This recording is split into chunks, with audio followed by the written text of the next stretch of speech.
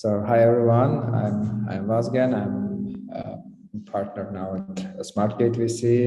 It's a pre-seed venture fund that's with almost 25 investments in AI startups, and over like 3 years we are very well connected in Silicon Valley. Our companies are very well known over the world, and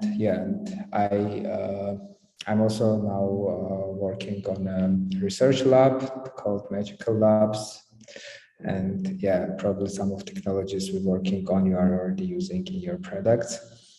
So yeah, and I thanks a lot for organizers. It's a great pleasure for me to share a bit about what's going on here. And by the way, I'm joining from Yerevan. Yeah, so and I actually decided to first of all speak about the Armenia related startup ecosystem, because she said like it will be a really good introduction to, and then talk about what is going to happen into the next year, maybe some predictions, not just my predictions, but also the world predictions. And maybe I also, my background is computer science. I'm a computer scientist, so I'm still doing the research. So yeah, so I'm not coming more from the field of investing or money, but I'm more from science. But anyway, I think it will be very interesting. So let me just share my screen. So could you see it?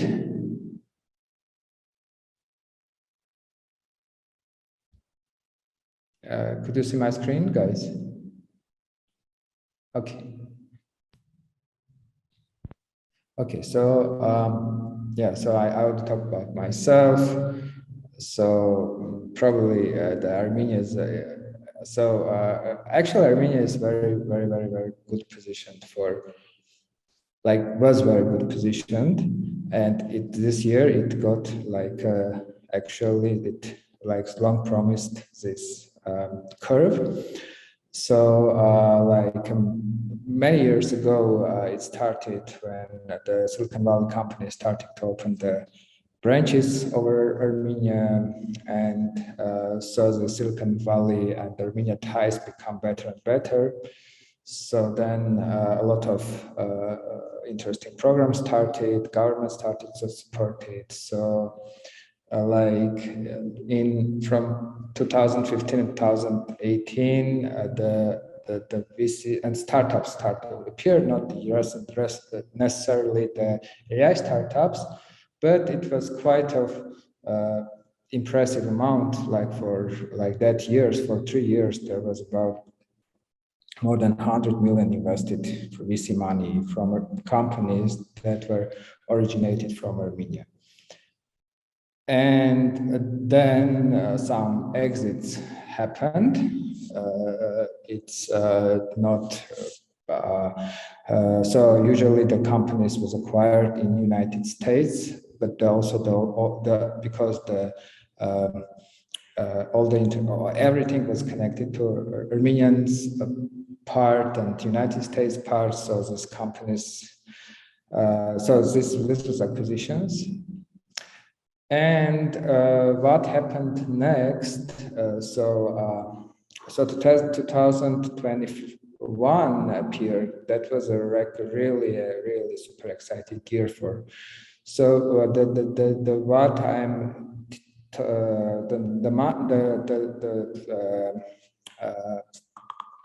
things I wrote here, they are like announced, but there's an unannounced rounds of unannounced funding that is even getting these numbers like much more. So by announced only numbers, it's 210 million VC funding that was done in Armenia, spin out startups, like startups that was originated from Armenia, They now probably have like their headquarters in Silicon Valley, but they're all of R&D, all the IP, everything, maybe also sales, maybe also marketing is in Armenia. Also, if we get a bit wider, connecting the people outside the world that are also part of Armenia startup ecosystem, is number like grown to 1 billion of investment. So two startups got unicorn status. One got actually 2 years ago, but now is getting more to the decacorn status. So Pixart and Service Titan. And also there is a company called Epic that's was sold for very more than $2 billion in cash and stock to the in United States. That's also part of a ecosystem. And we have a lot of companies that, because of this all things, become more than $50 million valuation. Also this year, we got one company got Forbes Design Award, another company got Time Innovation of the Year Award. So yeah, so this is very exciting. So and this is all more than 10 times more than what happened like previous year and the previous years. So this is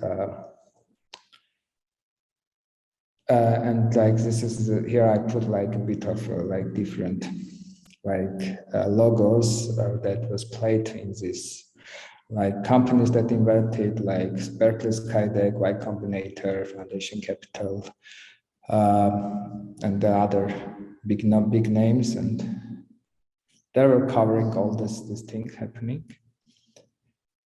So and then I want now I want to talk about like what we have in our ecosystem. So we probably have like more than 10 AI research labs in companies and outside the companies. So they are doing research, like output of these labs are like papers or maybe the IP, intellectual property, but it's not like a product. So we have 50 plus companies operating in core AI ML domain, and all of them you can find on mlevn.org website. That is community website that is constantly updated. So we've got a very close ties with Silicon Valley. Like it's very, very common for Armenian founders to go to the San Francisco and raise money from there. Also, as of now, there's 7 pre-seed seed funds that are focused on Armenian ecosystem with checks like from $50K to $1 million. And it's really a lot, like you have a lot of people to talk to. We have 4 angel networks that are working at investing. And there are multiple accelerators, incubators, and other things that are also helping. So we also have clusters of companies. So we have some AI infrastructure companies in Armenia, the Armenian ecosystem, that focused on building AI infrastructure, helping AI scientists with annotation, with building models, with versioning them, with automatically building models. So we also have starting to have a cluster of biotech companies that are merging the AI with biotechnologies like Biosim, the Neurosciences, Multicus Prime, and a lot of like AI-enabled SaaS companies like CRISP, DoWorks, still Cognize. There's a lot more companies that are AI is their core focus, and they use AI as a software as a service. There's also as a service products. We also have AI-enabled major companies like Zoomerang, Pixart, We have technology companies that are more coming from hardware, like Expert Technologies, Embrytech, and a lot of also other. Also, it's last 2 years, it started to become a trend to have a kind of a mix of AI outsourcing at venture studio, when you have like companies that are doing like some prototyping, also mixed with outsourcing, and then out of them, some companies, independent projects, independent companies starting to spin out. So, and there are a lot of these companies also in year one and in our ecosystem. So, and yes, so, and then I want to talk about like what in my experience of like 3 years investing in AI was the main thing we need to know. So first of all, so AI is very scientific part of the computer science. So you need a really, if you are a partner in a fund or you want to invest by yourself, you need someone who understands science, and or you need to have a very good ties with the universities. Also, in this AI and in general deep tech companies, it's very hard. So it's not like you have a product market fit and then go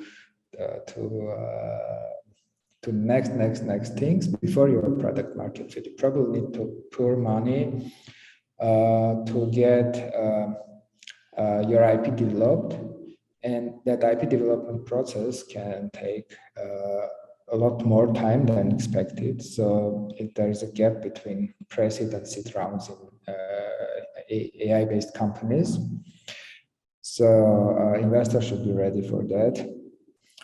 Also, the value of the investments in AI-based companies is very, so they prefer the investors that have a ties to the ecosystems where they already AI is a part of life. So it's easier to sell, to scale, to hire, to all these things. Yeah, and now I'm going to talk more about like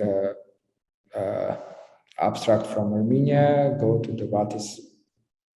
I'm using the slides from State of AI report of this year, and I will also talk, because what is here described is very much also my vision, and I will talk about like what's going to happen more. Next.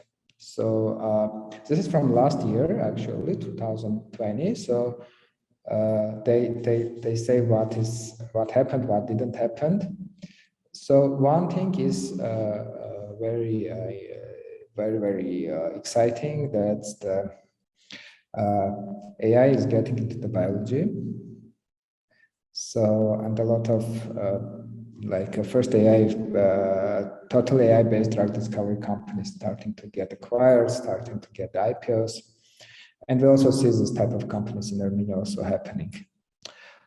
Also, the other thing that's kind of happening is this unification of models around AI, around the transformer models. So this is also one of their predictions that is now happening. And the other is like related to computer hardware, that is like we are for sure having like a crisis in the chips, and but also the hardware is a very needed thing in AI. So we are seeing these problems when a lot of AI acceleration companies appearing, but like because of shortage, because of these all things happening in the world, there's a big shortage of what is needed and what is produced. So, and I think this is going to continue the next year. Yeah, and also a lot of spin-outs, like and a lot of big companies starting to be AI first. And like also a lot of companies starting to understand that AI research is very also on the other hand very time consuming and money consuming, so also a lot of restructuring there. So one of the very hot topics of the next few years will be artificial general intelligence. And there will be a lot of companies in this field. It's an area when actually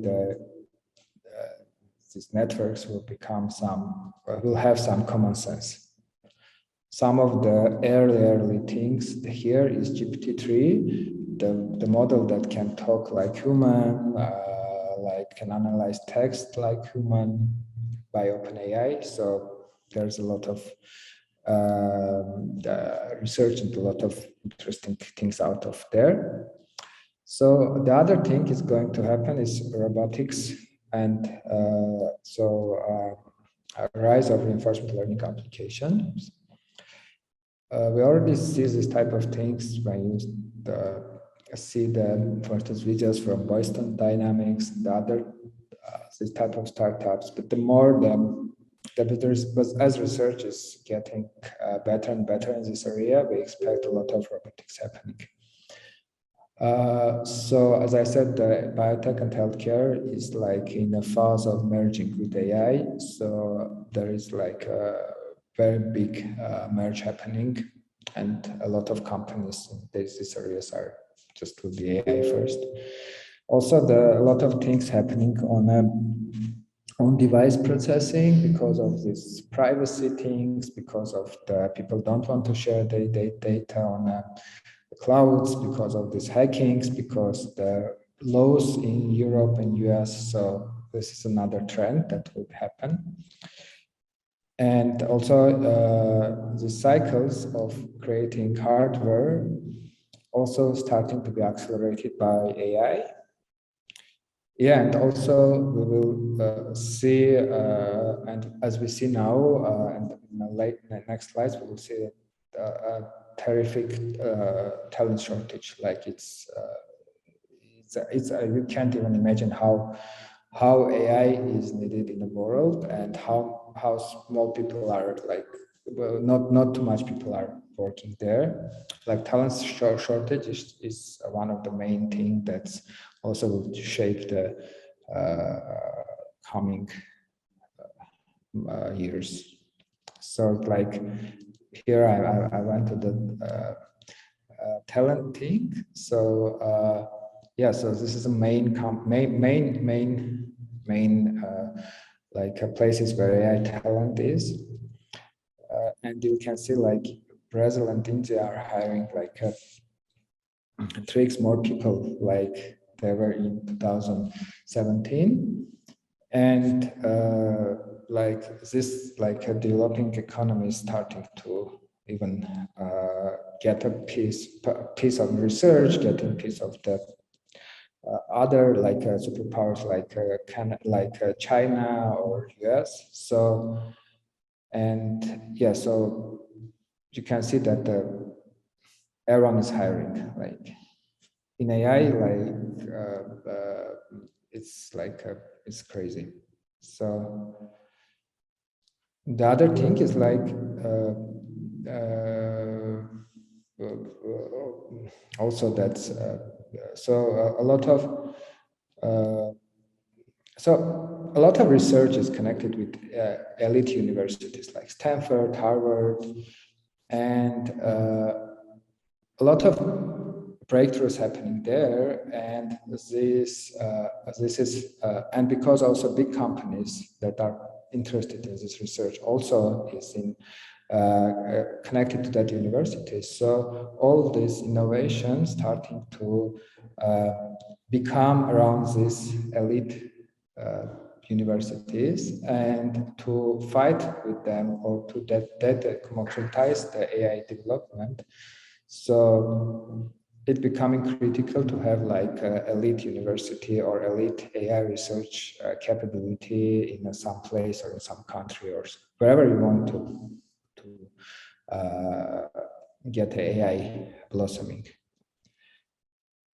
And another topic is like almost any professor in like these good universities like have a lot of offers from big companies or even small companies in AI, and it's a big brain drain from academia to the industry.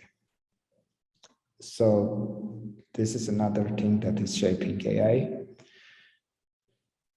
And also, of course, like working from home and this situation caused by pandemic is another shaper of AI, because on the other hand, a lot of talent pools that were previously not available is becoming available. So we will need to see how Google, Apple, and Facebook and others will adapt to this. But yeah, so this is another trend that is, especially in AI, are very shaping the everything.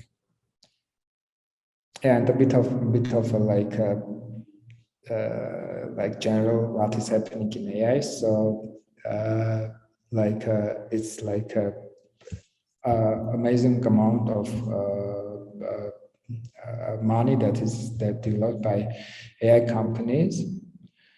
Like 2/3 of general software as a service startups, scale-ups, 2/3 of them are AI based. Like now, this is like amazing for technology that was invented like a few years ago, like 10 years ago.